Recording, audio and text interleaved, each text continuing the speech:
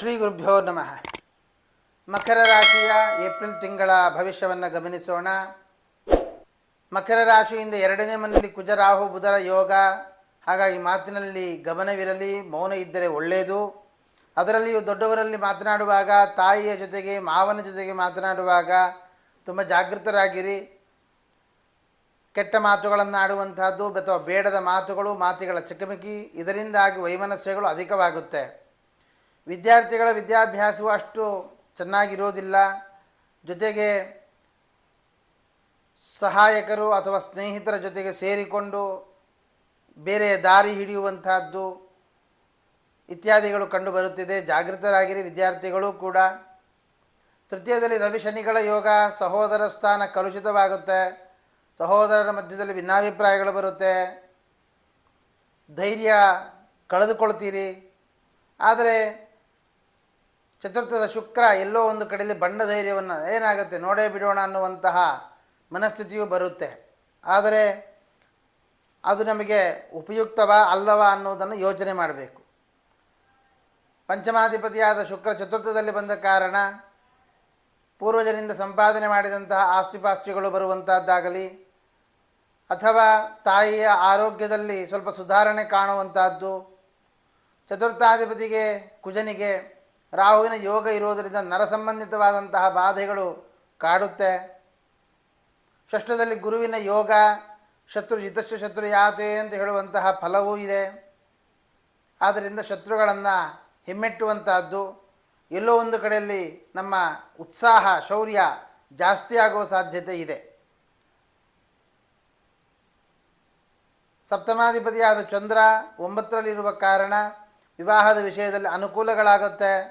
ಆದರೆ ಸೆಲೆಕ್ಷನ್ ನಮಗೆ ಈ ರೀತಿಯಾಗಿ ಇರುತ್ತೆ ಒಳ್ಳೆಯದು ಅಂತ ಅಂದುಕೊಂಡದ್ದು ಎಲ್ಲೋ ಒಂದು ಕಡೆಯಲ್ಲಿ ನಮ್ಮ ಅಂದಾಜು ವ್ಯತ್ಯಾಸ ಆಗುವ ಸಾಧ್ಯತೆ ಇದೆ. ಆದ್ದರಿಂದ ಒಂದು ತೀರ್ಮಾನ ತೆಗೆದುಕೊಳ್ಳುವಾಗ ವಿವಾಹದ ವಿಷಯದಲ್ಲಿ ಅಥವಾ ದಂಪತಿಗಳು ಒಂದು ತೀರ್ಮಾನ ತೆಗೆದುಕೊಳ್ಳುವಾಗ ಒಮ್ಮೆ ಅಲ್ಲ 2 ಬಾರಿ ಆಲೋಚನೆ ಮಾಡುವುದು ಒಳ್ಳೆಯದು. ಅಷ್ಟಮದಲ್ಲಿ ಕೇತು ಗುಪ್ತಾಂಗ ರೋಗಗಳು ಬರುವ ಸಾಧ್ಯತೆ ಇದೆ. ಅಲರ್ಜಿ ಇತ್ಯಾದಿಗಳಾಗುವ ಸಾಧ್ಯತೆ ಇದೆ. ಹಾಗಾಗಿ ಆದಷ್ಟು ನೀರನ್ನು ಸೇವನೆ ಮಾಡುವಂತಹದ್ದು ಅಥವಾ ದ್ರವ ಪದಾರ್ಥಗಳನ್ನು ಹೆಚ್ಚಿಗೆ ಸೇವನೆ ಮಾಡುವಂತಹದ್ದು, ತರಕಾರಿ ಇತ್ಯಾದಿಗಳನ್ನು ಹೆಚ್ಚು ಸೇವನೆ ಮಾಡುವಂತಹದ್ದು ಒಳ್ಳೆಯದು.